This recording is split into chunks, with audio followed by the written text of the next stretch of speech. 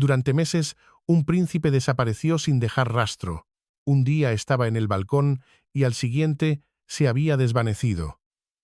El palacio guardó silencio, pero ahora ha hablado. Fue una crisis médica, una disputa familiar o algo que la corona desesperadamente intentó ocultar detrás de puertas selladas. Sucedió como lo hacen todos los desastres reales, silenciosamente detrás de puertas cerradas. No hubo un anuncio dramático, ni una advertencia de la oficina de prensa del palacio, ni un desvanecimiento gradual de la vista. Un momento, el príncipe Louis era la chispa brillante del balcón del palacio de Buckingham, juguetón, expresivo, imposible de ignorar mientras se tapaba los oídos ante el estruendo de los aviones. Al siguiente, simplemente ya no estaba allí. Las puertas del palacio se cerraron silenciosamente y el miembro más joven de la realeza se desvaneció sin dejar rastro, sin advertencia, sin explicación, solo un silencio donde, una vez, el príncipe Louis estuvo sonriendo. El cambio fue lo suficientemente repentino como para inquietar incluso a los observadores reales más casuales. Un compromiso tras otro pasaba, y su ausencia se volvía imposible de justificar. No se compartieron nuevas fotografías escolares con el público. No se publicaron instantáneas sinceras para tranquilizar a una nación curiosa. No hubo saludos alegres desde detrás de las rejas del palacio. El hijo menor del príncipe y la princesa de Gales, antes tan visible y tan vívidamente él mismo, se había apartado por completo de la vista, y a diferencia de las breves pausas anteriores de la vida real, ésta venía envuelta en un silencio espeso, un silencio que zumbaba con algo invisible, como una tormenta antes de tocar el suelo. En las apariciones formales, el contraste era sorprendente. El príncipe William se mantenía sereno, llevando el peso de su papel con firme resolución. A su lado, el príncipe George parecía más alto, más preparado, cada vez más consciente de su futuro. La princesa Charlotte mantenía su confianza serena, ofreciendo sonrisas cuidadosas y saludos tranquilos. Pero el espacio donde Louis normalmente se movería, sonreiría o se inquietaría, se sentía inusualmente inmóvil. La línea familiar parecía completa a primera vista, hasta que notabas lo que faltaba. El espacio vacío junto al trono. Los conocedores están acostumbrados a leer señales sutiles. Una mirada, un gesto, un detalle cuidadosamente colocado puede llevar un significado profundo dentro de una institución construida sobre el simbolismo, y esta ausencia tenía peso. No era solo que Louis se saltara una aparición. Era el patrón, la repetición, la silenciosa consistencia de su inasistencia. No se ofreció una breve explicación. Ningún comentario casual insinuó una enfermedad menor o un conflicto de horarios. La máquina del palacio, usualmente precisa en sus mensajes, no dijo absolutamente nada. Ese silencio comenzó a hacer eco. Dentro de una monarquía que prospera con la visibilidad, la ausencia nunca es neutral. Cada aparición pública está cuidadosamente planeada. Cada fotografía tiene un propósito. Cuando una figura desaparece, especialmente un niño tan central para la imagen moderna de la familia, no pasa desapercibido. El vacío junto a su padre y hermanos parecía crecer con cada evento que pasaba. Aún así, el palacio se mantuvo firme. Sin aclaraciones, sin cronogramas, sin reconocer, el mundo observaba a la familia de Gales cumplir con sus deberes. Pero la pregunta flotaba sobre cada imagen, cada transmisión, cada momento cuidadosamente coreografiado: ¿dónde estaba el príncipe Louis? Y luego, después de semanas de creciente curiosidad y profunda preocupación, el silencio que se había sentido tan deliberado finalmente comenzó a resquebrajarse. ¿Y qué estaba protegiendo el palacio? ¿Silencio? ¿Estrategia? ¿O algo mucho más cercano? El silencio del palacio creó un vacío, y la naturaleza, especialmente la naturaleza digital, aborrece el vacío. Mientras la institución se envolvía en su tradicional manto de silencio, el mundo exterior estalló. Los foros en línea, antes llenos de comentarios afables sobre las travesuras del príncipe Louis, se transformaron en centros de investigación febril. ¿Por qué retirar al miembro más animado del joven trío real? ¿Por qué alejar a un niño tan querido por el público sin siquiera una frase de tranquilidad? Los comentaristas, que normalmente se centraban en la moda o la ceremonia, cambiaron su tono a uno de grave preocupación, susurrando desde Windsor hasta Westminster que algo estaba profundamente mal. La máquina de la institución, diseñada para proyectar estabilidad, estaba fallando. El silencio no estaba transmitiendo calma, estaba amplificando el pánico, se convirtió en un lienzo en blanco sobre el cual el público pintaba sus peores temores. Las teorías se multiplicaban, cada una más oscura que la anterior. Algunos hablaban de una enfermedad repentina y grave, ocultada para no mostrar vulnerabilidad en la línea de sucesión. Otros insinuaban una disputa familiar tan profunda que había requerido el exilio de un niño. Fuentes cercanas al palacio, en un intento torpe por controlar el daño, filtraban fragmentos contradictorios a la prensa. Un informante hablaba de una necesidad de privacidad, mientras que otro mencionaba una fase difícil. Estas explicaciones superficiales, carentes de convicción, solo añadían leña al fuego. El palacio estaba perdiendo el control de la narrativa. Y en la era moderna, perder la narrativa es perder la batalla por la legitimidad. Dentro de los muros del palacio, el personal caminaba de puntillas, el aire denso con una tensión no expresada. El problema ya no era la ausencia de Louis, sino el manejo de esa ausencia.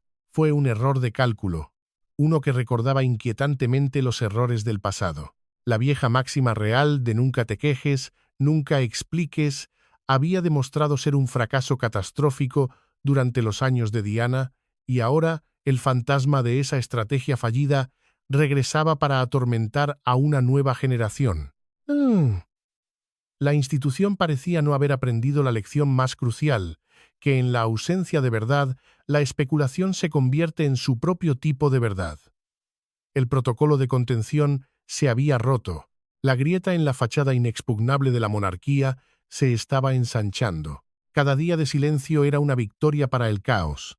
Los asesores, antes seguros de su capacidad para capear cualquier tormenta, ahora miraban sus teléfonos con creciente temor, viendo cómo una historia que deberían haber controlado se convertía en un monstruo. El silencio ya no era un escudo.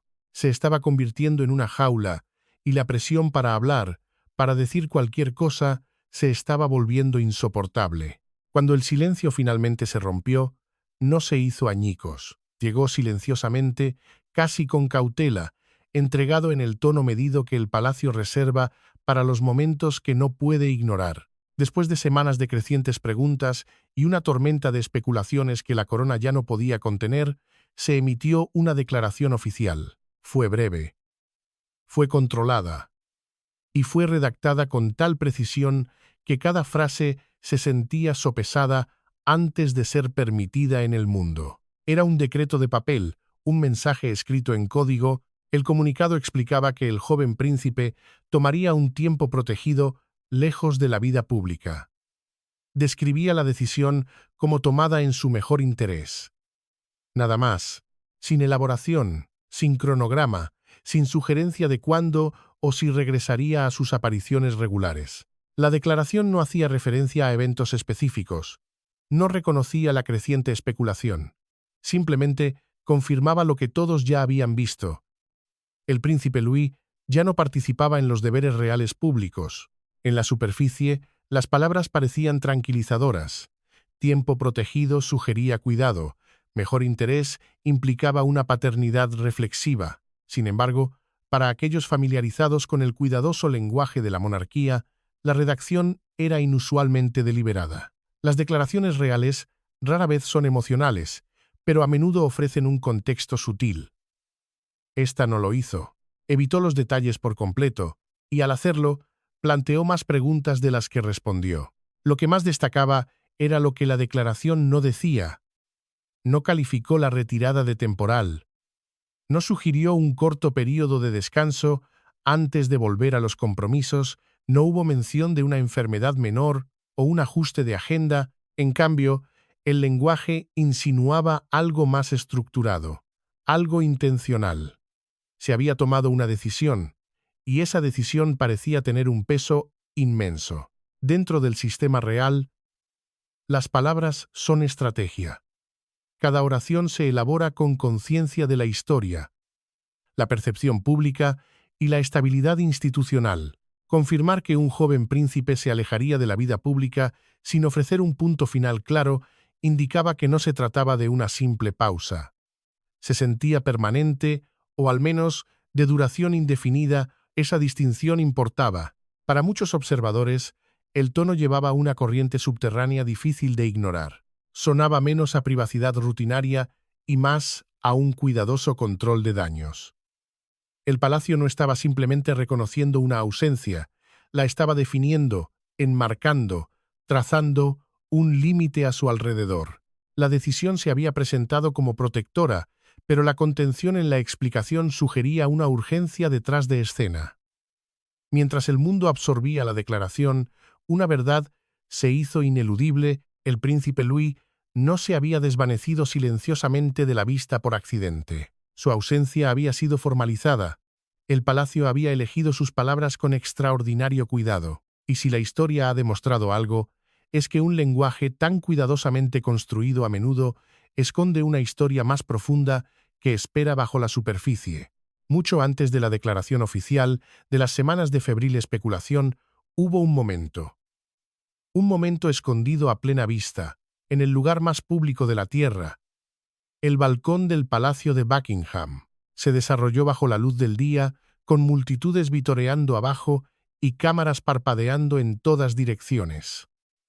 La familia real estaba de pie, unida, como lo habían hecho muchas veces antes. El príncipe William, erguido y sereno. Catherine, tranquila, elegante y vigilante. El príncipe George, concentrado en el horizonte. La princesa Charlotte, sonriendo con una facilidad practicada. Y junto a ellos, el príncipe Louis. Al principio, nada parecía inusual. Sin embargo, cuando las imágenes se reprodujeron más tarde, a cámara lenta y examinadas cuadro por ojos expertos, surgió una imagen diferente.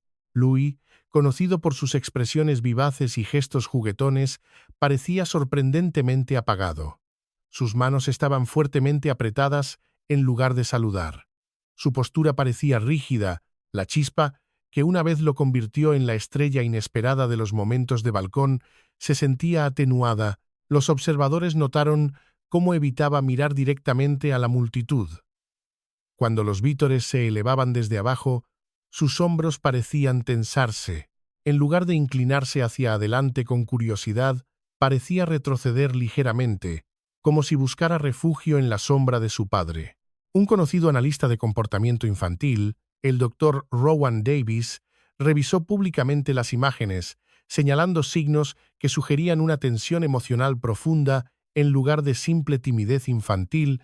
Describió sus movimientos rígidos, el contacto visual limitado y el jugueteo repetitivo de sus dedos como indicadores potenciales de estrés y sobrecarga sensorial. Pero el detalle más sorprendente, el que congeló la sala para aquellos que sabían qué buscar, involucró a Catherine. En un breve segundo, casi perdido entre los destellos de las cámaras, giró la cabeza hacia Louis. No fue la habitual mirada orgullosa que una madre le da a su hijo durante una celebración pública. Fue rápida, inquisitiva y teñida de una preocupación palpable. Su sonrisa, la sonrisa de una futura reina, nunca desapareció por completo, pero algo en sus ojos cambió. Era una mirada de evaluación silenciosa, como si estuviera midiendo si él podría soportar el momento. Era la mirada de una madre que recordaba a otra princesa, una que fue devorada viva por las mismas cámaras implacables. El fantasma de Diana rondaba ese balcón, un recordatorio silencioso de que la corona exige un precio, a menudo pagado en la moneda de la inocencia de sus hijos. La escena, antes recordada por sus alegres saludos y su música patriótica, comenzó a parecerse a algo completamente diferente. No una celebración, sino un umbral, un momento donde una decisión crucial ya se estaba formando. Era la verdad, oculta a plena vista. El drama oculto en el balcón no se limitó a la familia real. Hubo otro nivel de control, uno ejecutado con precisión clínica y dirigido a aquellos cuyo trabajo es documentar cada momento. los fotógrafos del Royal Rota, el selecto grupo de prensa con acceso privilegiado. Más tarde, varios de estos fotógrafos, hablando bajo condición de estricto anonimato, revelaron que habían recibido instrucciones inusuales minutos antes de la aparición. La orden no llegó a través de los canales habituales, sino directamente de la oficina del secretario privado del príncipe de Gales, una escalada significativa en el protocolo. Se les aconsejó, según los informes, evitar los primeros planos prolongados del príncipe Louis. Las tomas en solitario, que normalmente serían oro para cualquier agencia, fueron explícitamente desaconsejadas. Los lentes no debían demorarse en él. Un fotógrafo veterano describió una solicitud de último minuto que se sentía diferente del protocolo estándar. Normalmente nos dicen dónde pararnos, no dónde no apuntar la cámara, susurró un informante. En ese momento parecía desconcertante. Ahora, con el beneficio de la retrospectiva, parecía una acción calculada, una orden silenciosa. Esto no fue una sugerencia casual, fue la implementación de lo que los conocedores de Palacio llaman el protocolo del lente, una estrategia de contención no escrita que se activa para aislar un problema real antes de que se convierta en una crisis mediática. La orden no provino de un secretario de prensa de nivel inferior, sino de un alto asistente que rara vez interactúa directamente con el cuerpo de prensa. El mensaje era implícito pero inequívoco. No creen una narrativa visual en torno al niño. No lo aíslen. No lo conviertan en el foco de la historia. La institución ya estaba construyendo un muro protector, no solo alrededor de Louis, sino alrededor de la propia monarquía. Estaban gestionando activamente la percepción, asegurándose de que la evidencia del estrés del niño no fuera capturada, amplificada y analizada por un mundo hambriento de cualquier signo de debilidad. La cámara, el instrumento que la monarquía utiliza como su herramienta más poderosa de proyección y propaganda, se estaba convirtiendo en una amenaza existencial. El control del lente era el primer paso para controlar la historia. La decisión de retirar a Louis ya se había puesto en marcha, no en una reunión formal, sino a través de una directiva silenciosa que transformó a los fotógrafos de documentadores en cómplices reacios de la estrategia del palacio. Estaban siendo utilizados para ocultar una verdad en lugar de revelarla. Y para una institución que depende de la imagen, esa era la jugada más peligrosa de todas. Si el momento del balcón marcó el comienzo de la preocupación pública, lo que siguió se desarrolló lejos de las cámaras, en la soledad de los apartamentos privados del Palacio de Kensington, detrás de las puertas vigiladas y los pasillos pulidos. La preocupación de Catherine ya no era sutil. Se volvió enfocada, deliberada y profundamente personal. Según fuentes internas con conocimiento directo de la situación, comenzó a poner sus miedos por escrito. Se enviaron cartas escritas a mano, no a través de canales oficiales, sino directamente al rey Carlos y a un pequeño círculo de altos asesores del palacio. No tenían un tono político, eran maternales, honestas, urgentes. Eran el ruego de una madre a la corona. En esas cartas, Catherine no pedía simpatía, pedía tiempo, pedía comprensión y, sobre todo, pedía espacio para su hijo. Describió con detalle desgarrador los cambios que el público nunca había visto. Louis, antes despreocupado y animado, se había vuelto retraído en privado. Había momentos de lágrimas inexplicables, instancias de murmullos nerviosos que reemplazaban su risa habitual. Según los informes, comenzó a retirarse en sí mismo durante las visitas del personal del palacio. El sonido de los obturadores de las cámaras, que antes era un ruido de fondo en su vida, ahora parecía perturbarlo profundamente, causando que se sobresaltara. Incluso las sesiones de tutoría real se volvieron difíciles, con resistencia reemplazando el entusiasmo. Para Catherine, estos no eran pequeños ajustes de la niñez, eran señales de advertencia, eran los mismos ecos del pasado que habían atormentado a la mujer cuyo título ahora llevaba. Creía que la presión de la visibilidad real, la carga de ser un Windsor, se estaba volviendo demasiado pesada para un niño tan joven. Sin embargo, dentro de la institución en la que se había casado, cada decisión conllevaba un peso que iba más allá de la familia. Los asesores, operando bajo el protocolo Windsor de mantener la compostura a toda costa, le advirtieron contra una acción drástica. Retirar a Louis por completo, argumentaron, encendería la especulación. Los titulares se multiplicarían. Los rumores llenarían el vacío dejado por el silencio. La monarquía dependía de la estabilidad, y la estabilidad dependía de la imagen. El mensaje que recibió fue claro: protege la narrativa, preserva la continuidad. Pero el enfoque de Catherine no estaba en la percepción pública, estaba en su hijo. El conflicto interno se profundizó. Como princesa de Gales y futura reina consorte, entendía la importancia del deber.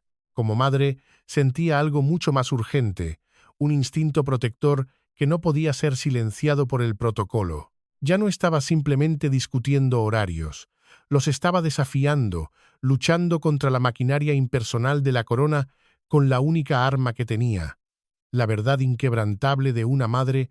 La tensión llegó a un punto de inflexión una fría mañana de otoño. Se esperaba que el príncipe Luis asistiera a la inauguración de un ala infantil en un hospital, un evento ceremonial diseñado para las cámaras junto al príncipe George y la princesa Charlotte.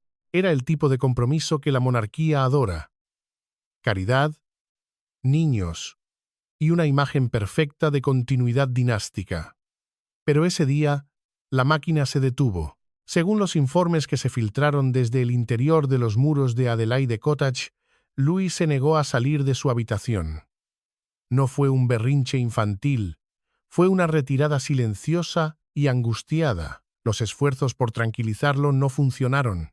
Las promesas de que sería rápido fallaron.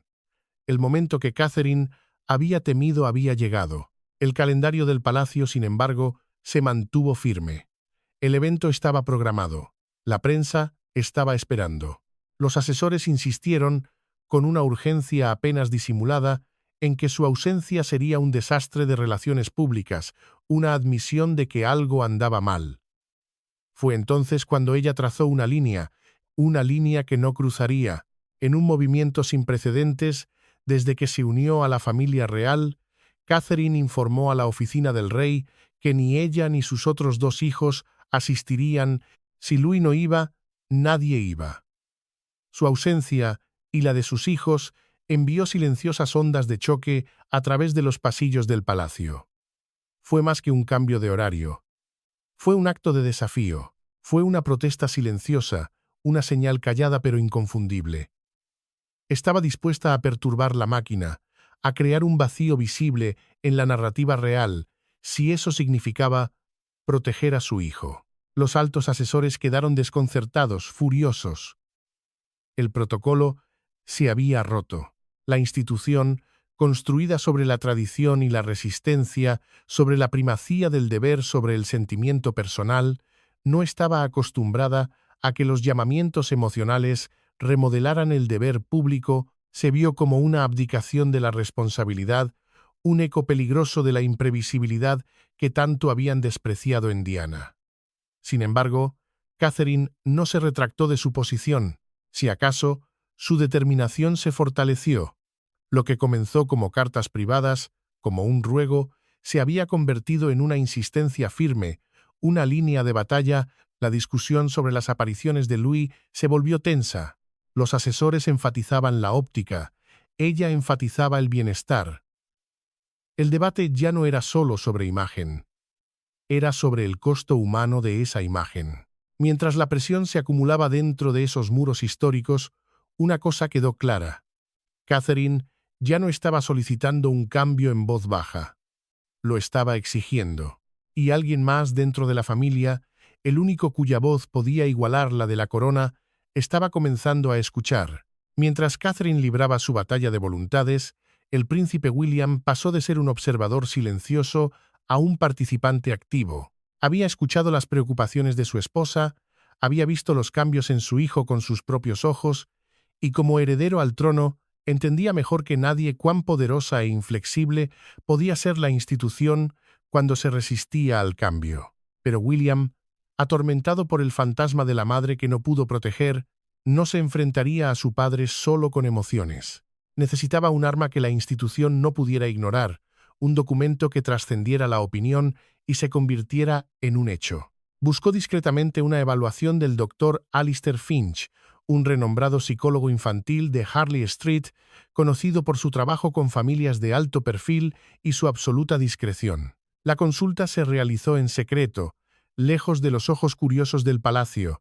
El informe del Dr. Finch, entregado en un sobremanila que nadie se atrevía a tocar, fue el documento que lo cambió todo.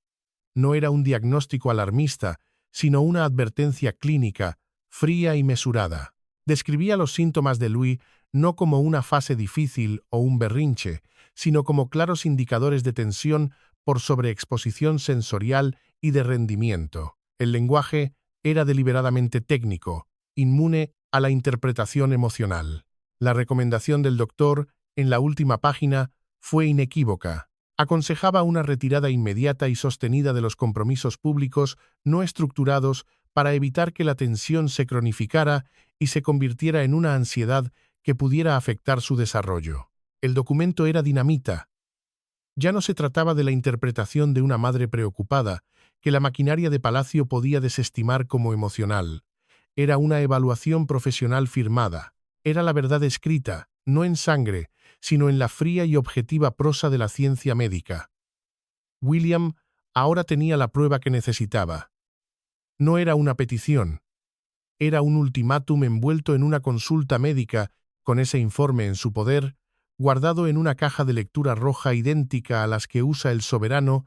La inminente conversación en Clarence House ya no sería una súplica familiar, sino una confrontación con evidencia irrefutable. La corona podía ignorar las lágrimas de una madre, pero no podía, o no debería, descartar la advertencia de un experto. La batalla estaba a punto de entrar en su fase más crítica. La reunión tuvo lugar en Clarence House, el corazón del poder del nuevo rey. Detrás de puertas cerradas, lejos del personal subalterno y de las cámaras indiscretas, el rey Carlos se sentó en el centro de la sala. La reina Camilla estaba presente, una figura silenciosa a su lado. Asesores de alto rango, los llamados hombres de gris que realmente dirigen la monarquía, esperaban discretamente más allá del círculo inmediato. William llegó solo, llevando una carpeta de cuero burdeos. Quienes estaban familiarizados con la discusión describieron más tarde su comportamiento como controlado pero frío, como si ya hubiera ensayado cada palabra que necesitaba decir.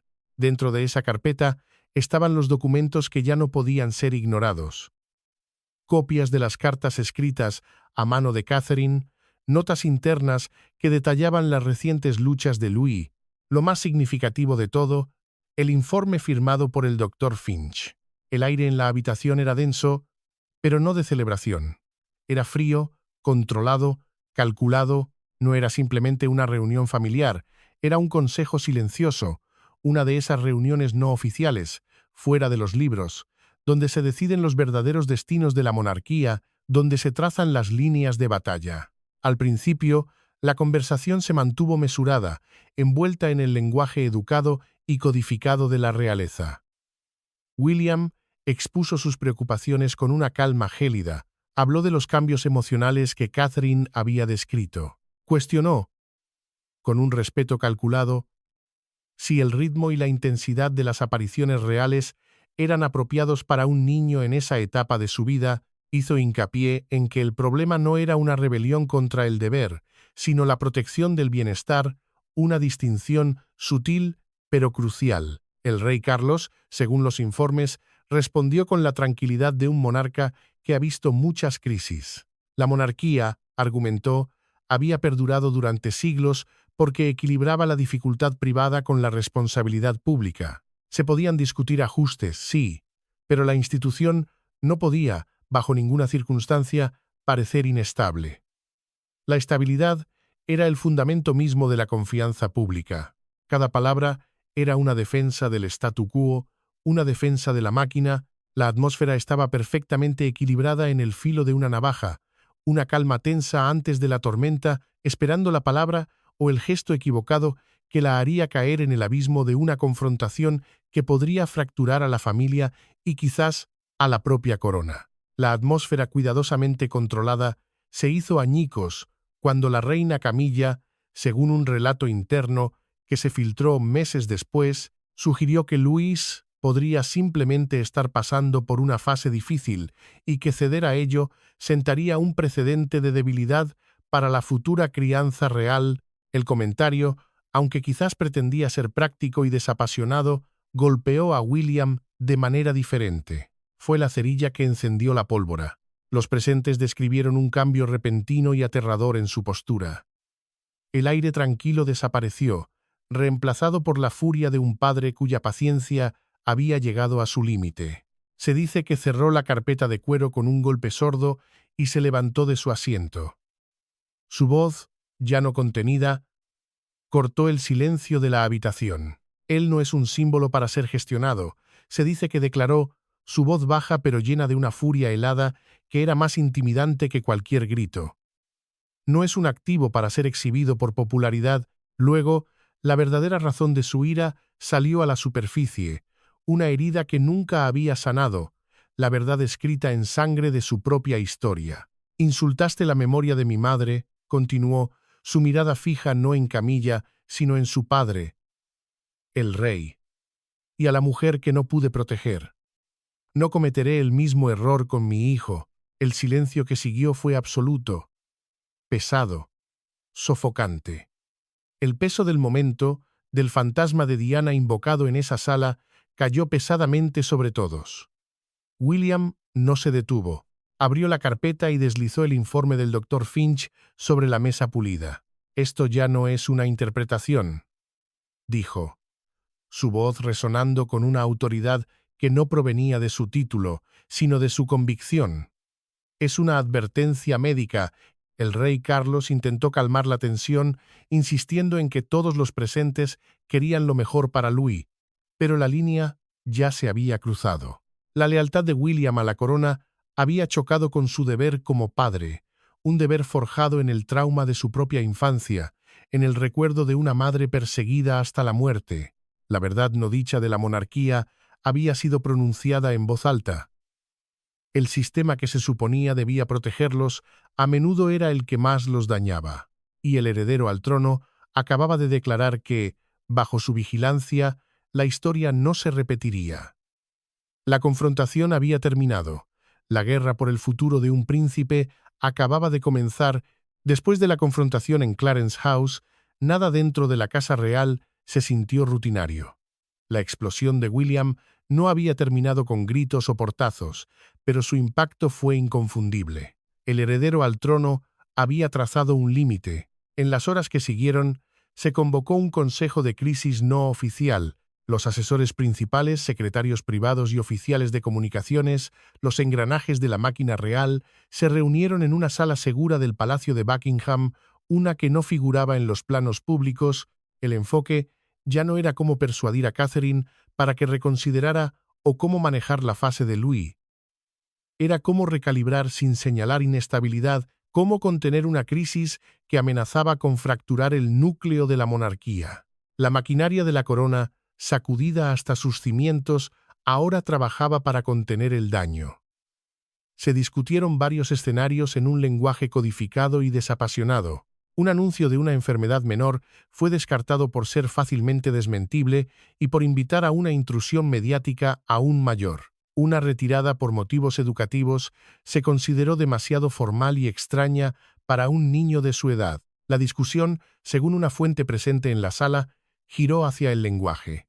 Necesitaban una frase, una construcción verbal que actuara como un escudo. Necesitaban palabras que transmitieran cuidado sin admitir crisis, que sugirieran intención sin revelar la urgencia de la confrontación que la había provocado. Fue en esta reunión, después de horas de debate, que se acuñó la frase «tiempo protegido lejos de la vida pública».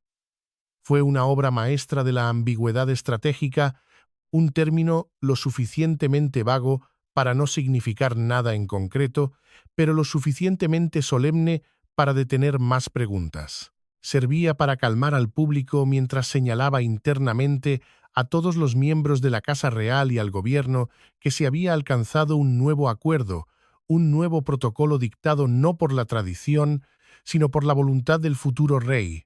La decisión fue tomada. El príncipe Louis sería retirado de los compromisos públicos programados en el futuro previsible, no temporalmente en el sentido casual, sino como una retirada deliberada y de duración indefinida. El calendario se ajustaría, los compromisos futuros se revisarían. Su nombre desaparecería silenciosamente de los documentos de planificación. La institución no se había roto. Se había doblado justo lo suficiente para evitar romperse. Habían reajustado la máquina, pero todos en esa sala sabían que una pieza crucial había sido removida, y no estaban seguros de si la máquina podría volver a funcionar de la misma manera. La ejecución de la retirada de Louis fue una clase magistral de control silencioso, una operación tan sutil que el mundo exterior apenas notó el cambio. No hubo un memorando dramático ni un decreto real secreto, en cambio, su nombre simplemente fue borrado del futuro. Los calendarios de compromiso, documentos sagrados que dictan el ritmo de la vida real, se revisaron en medio de la noche. Los documentos de planificación para eventos de alta visibilidad, como el próximo Trooping the Colour y las apariciones navideñas en Sandringham, se reeditaron discretamente con una familia de 4 en lugar de 5. Fue una purga simbólica, no legal, y para la monarquía, el simbolismo siempre lo ha significado todo. A la prensa no se le dio un aviso dramático. En cambio, las reuniones informativas se manejaron con una contención férrea. Se guió a los corresponsales reales, a través de canales no oficiales, hacia un lenguaje que enfatizaba la privacidad y la protección. Palabras clave para indicar que no se debían hacer más preguntas o se arriesgarían a perder su preciado acceso. A los fotógrafos del Royal Rota se les recordó los protocolos existentes y, según varios informantes, se les alentó a evitar intentos agresivos de asegurar imágenes del niño en su vida privada. No habría escenas dramáticas de un niño siendo escoltado. El cambio parecería suave, casi natural, una evolución en lugar de una crisis. Cuando finalmente se emitió la declaración oficial con la frase «tiempo protegido», simplemente formalizó lo que ya era una realidad operativa. Detrás de ese lenguaje sereno se encontraba un desarrollo significativo. Por primera vez en esta generación de la familia real, la institución había cedido a un límite parental. El desafío de William en Clarence House no había desmantelado la tradición, pero la había obligado a adaptarse. El futuro rey había dejado en claro que sus hijos no heredarían simplemente el deber sin tener en cuenta su bienestar. Dentro del palacio, las reacciones fueron mixtas. Algunos asesores, pertenecientes a la nueva guardia, vieron la decisión como una modernización necesaria y pragmática. Otros, los tradicionalistas, se preocuparon profundamente por el precedente. Si un niño real podía dar un paso atrás bajo presión emocional, ¿qué podría indicar eso para las expectativas puestas en la próxima generación? ¿Y qué pasa con George, el heredero, a quien no se le puede permitir tal lujo? La fuerza de la monarquía ha estado ligada durante mucho tiempo a la resistencia a la idea de soportar lo insoportable. Ajustar esa expectativa requería una recalibración silenciosa de la identidad misma de la corona. El príncipe Luis había sido borrado del calendario real, pero la pregunta que flotaba en el aire de los pasillos de Buckingham era si, en el proceso, también habían borrado una parte del futuro de la monarquía. En el silencio que siguió a la confrontación, el rey Carlos se encontró en una posición imposible, atrapado entre dos fuerzas inamovibles, la corona que acababa de heredar y el linaje que debía asegurar. Según una fuente de Clarence House, el rey pasó los días siguientes en una profunda y solitaria reflexión. A menudo, caminando por los jardines en las primeras horas de la mañana, un hombre agobiado por el peso de la historia y el espectro de sus propios fracasos. Para él, la explosión de William no fue solo sobre Louis, fue un eco de su propio pasado tumultuoso, un doloroso recordatorio de sus batallas con sus propios padres y, sobre todo, de la guerra con Diana. La mención de su nombre, la acusación apenas velada de que no había protegido a la madre de William, reabrió viejas heridas que nunca habían sanado del todo. El pasado había regresado como una orden, no como un recuerdo. Carlos entendía el deber. Toda su vida había sido una preparación para el papel que ahora desempeñaba. Sabía que la monarquía, como le había enseñado su madre, debía parecer inquebrantable, una constante en un mundo caótico. Cualquier signo de discordia interna, cualquier admisión de debilidad, era una amenaza para la institución misma. Pero también era un abuelo que veía a su hijo mayor luchar con un trauma que él mismo, intencionadamente o no, había ayudado a crear. Vio en la furia de William no solo la defensa de un padre, sino el dolor de un niño que había sido obligado a caminar detrás del ataúd de su madre frente al mundo entero. El dilema era insoportable. Si se ponía del lado de la institución, corría el riesgo de alienar a su heredero y repetir los errores del pasado. Si se ponía del lado de su hijo, corría el riesgo de sentar un precedente que podría debilitar la corona para las generaciones venideras. Su decisión final de aprobar la retirada de Louis no fue simplemente una capitulación ante la demanda de William. Fue un acto de preservación, uno que la monarquía se había negado a hacer en la generación anterior. Al permitir que William protegiera a Luis, Carlos estaba, de una manera indirecta y tardía, tratando de corregir los errores del pasado. Estaba eligiendo la continuidad de la línea de sangre sobre la rígida adherencia al protocolo. Fue un reconocimiento silencioso de que la monarquía no es solo un símbolo, es una familia. Y a veces, para salvar la institución, primero debes salvar a sus hijos. La decisión final del rey no fue una señal de debilidad, sino quizás su primer acto verdadero de fortaleza como monarca. La voluntad de permitir que el futuro reescriba las reglas del pasado, incluso si eso significaba admitir que el pasado estaba equivocado. El resultado de la crisis no fue una victoria celebrada con champán en los pasillos de Kensington. Para William y Catherine, el alivio reemplazó a la tensión, pero fue un alivio cauteloso, teñido por el conocimiento de la batalla que habían librado. La guerra no había sido para ganar contra la institución, sino para salvaguardar a un niño.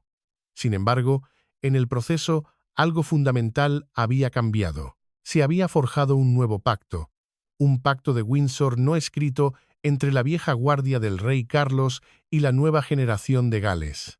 William y Catherine habían demostrado de manera inequívoca que no eran simplemente miembros obedientes de la firma. Eran sus futuros arquitectos.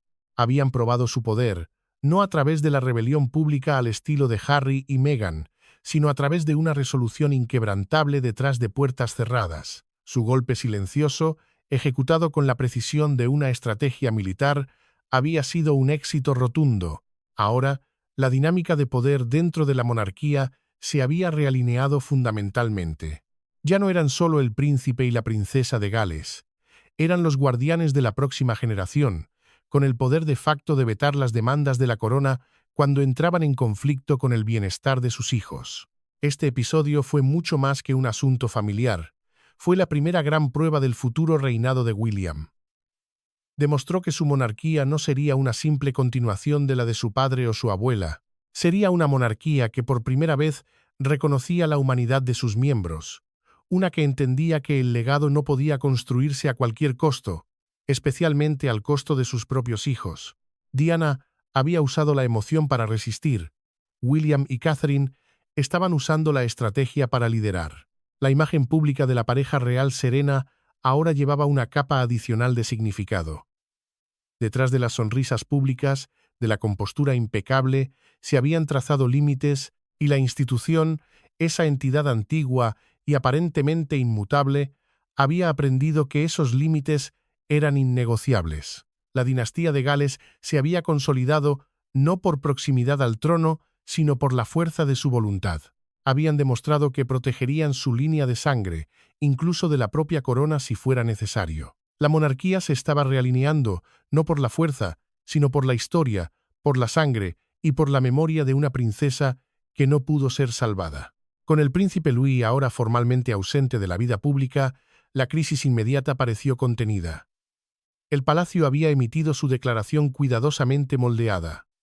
Los compromisos continuaron. El calendario real avanzó con una precisión practicada. Sin embargo, debajo de ese ritmo constante, algo más profundo había cambiado. La monarquía se había doblado. Durante generaciones, la corona ha confiado en la visibilidad. Desde la infancia, los herederos reales y sus hermanos han sido introducidos gradualmente a las expectativas públicas.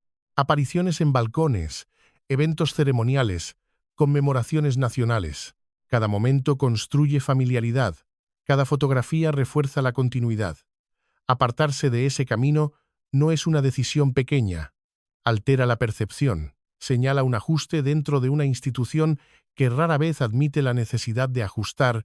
En este caso, el cambio fue impulsado no por un escándalo o presión política, sino por una convicción familiar nacida del trauma. Catherine había presionado sus preocupaciones incluso cuando se le aconsejó permanecer en silencio. El príncipe William había desafiado el pensamiento establecido dentro de Clarence House, presentando advertencias documentadas e insistiendo en el cambio.